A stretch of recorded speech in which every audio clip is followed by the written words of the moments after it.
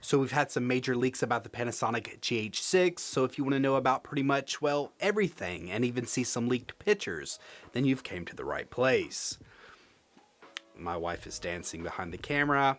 I'm just going to put this in, just keep rolling everything. You're making me blush now. So let me jump right into these specs because there's a lot here, and frankly, I'm not sure you want to listen to me that long. So first off, we have a 25 megapixel PLF-less sensor that is also capable of shooting up to 100 megapixels in a high resolution mode. So essentially this has been around for a while. They take multiple images and they kind of compress them together. So a lot of times it doesn't work great with moving subjects, but if you happen to be maybe shooting a landscape scene that doesn't have a lot of wind, then it can be very useful. This will be capable of shooting 5.7K video at up to 60 frames per second. Now, I'm a little bit confused by the 5.7K video. If I'm not mistaken, it takes 24 megapixels to add up to a 6K image. So if this does have a 25 megapixel sensor, then I would assume that it would be possible of adding maybe like 6.2K. I'm not exactly sure. So maybe this is actually going to be oversampled 5.7K. Maybe some of you guys who know more about this particular situation can drop in the comment section below and let everybody know. The GH6 will apparently have a sensor readout up to 300 frames per second, and it will also have high resolution 120 frames per second in 4K video. So this will also have rolling shutter suppression. We heard in a previous rumor that this would completely eliminate rolling shutter in the GH6, but this kind of sounds like to me that this is going to be a particular mode.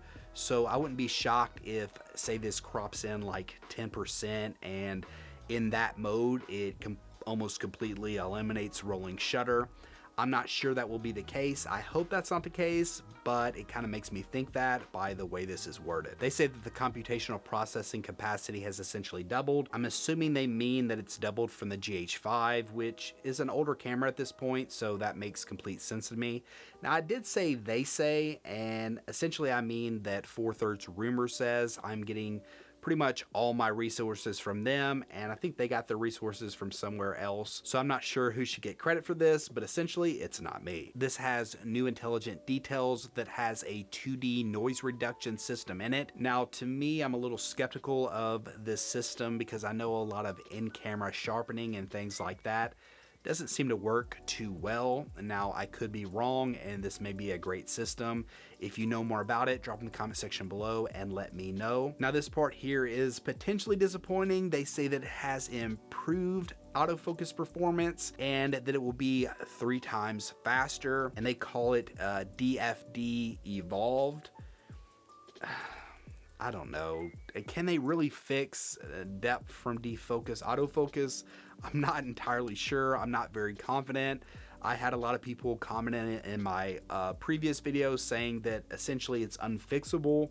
I hope that that's not the case because the rest of these specs sound incredible.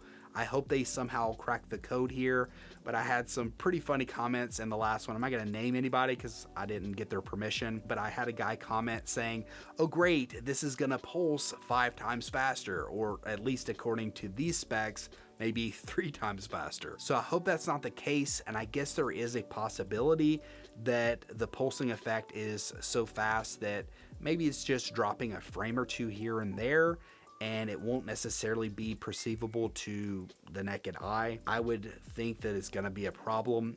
I'm crossing my fingers. I'm hoping not, because the rest of these specs sound incredible, but in a way it reminds me of the S1H that came out from Panasonic. They were light years ahead of the competition when it came to video specs. I believe it was the first mirrorless camera to be Netflix approved, so they did a lot of great things with it, but it still had that same autofocusing system, and it really pulled it down and it stopped it from becoming a mainstream camera. I truly believe that if they would have put phase detect autofocus in that camera, that we possibly would be seeing a completely different landscape in the full frame mirrorless market, but they didn't, and so we have the landscape that we have now. This will have 315 autofocusing points, and it will be capable of human, face, pupil, and animal detection, and you can use that in all the different autofocusing modes. I'm just not very confident about that, but let's just get into the great stuff about this camera, because there is a lot of great stuff about this camera. So like I mentioned previously, this will be capable of 5.7K up to 60 frames per second, and that will be in 10-bit 420. This will also have 10-bit 422 in 4K 60 and 4K 120 at 10-bit 420. Now these will be capable of a lot of megabits per second. I'm not going to list them all off, but I will have them in the graphic here that you can see for yourself. But essentially these bit rates look very impressive and will be great for anybody who is doing, say, post-processing color grading. And speaking of that, they have something that is pretty awesome. They will be capable of Apple ProRes 422 HQ, and it will be a mind-blowing 1.9 gigabytes per second. I know for a lot of video editors, this is huge, and yes, those are huge file sizes as well. But to help mitigate that, this does have 2 cards, and one of them is a CF Express Type B card. And now we have CF Express Type B cards that are going up to like 1 terabyte, which is absolutely insane. This should be capable of handling file sizes like this. The second card slot is a UHS 2 SD card, so pretty standard there, but it still is pretty great and should be capable of at least giving dual recording in most modes. So, you know, pretty high-end stuff here, pretty great. I think a lot of people will be happy with that. And speaking of being happy, this has a full-size HDMI out port, so a lot of people will be very excited about this. Canon has been putting that micro HDMI port out, which is terrible. I think the new OM digital camera also had like a micro or mini HDMI port out. So any professional who is hooking up to an external recorder or external monitor will be very happy to see that this has a full-size HDMI port, meaning that it's going to be very sturdy in there. It's not going to pull out easy, it's not going to bend up easy, and you're more likely going to have a much more durable camera this way. Now they say that this will have a minimum ISO of 800 and 2000 in Vlog. So slightly confused by this. I'm not sure if they mean that in HLG, which I believe this has, that this will be a minimum ISO of 800. I would be shocked if the minimum ISO is 800 in all picture profile modes, even in the photography modes. I would expect it to go down to at least 200, but maybe I'm wrong. But I will say that at least having it at this point, at this height, means that more than likely it will be at least pretty good in low light performance, or I would assume so.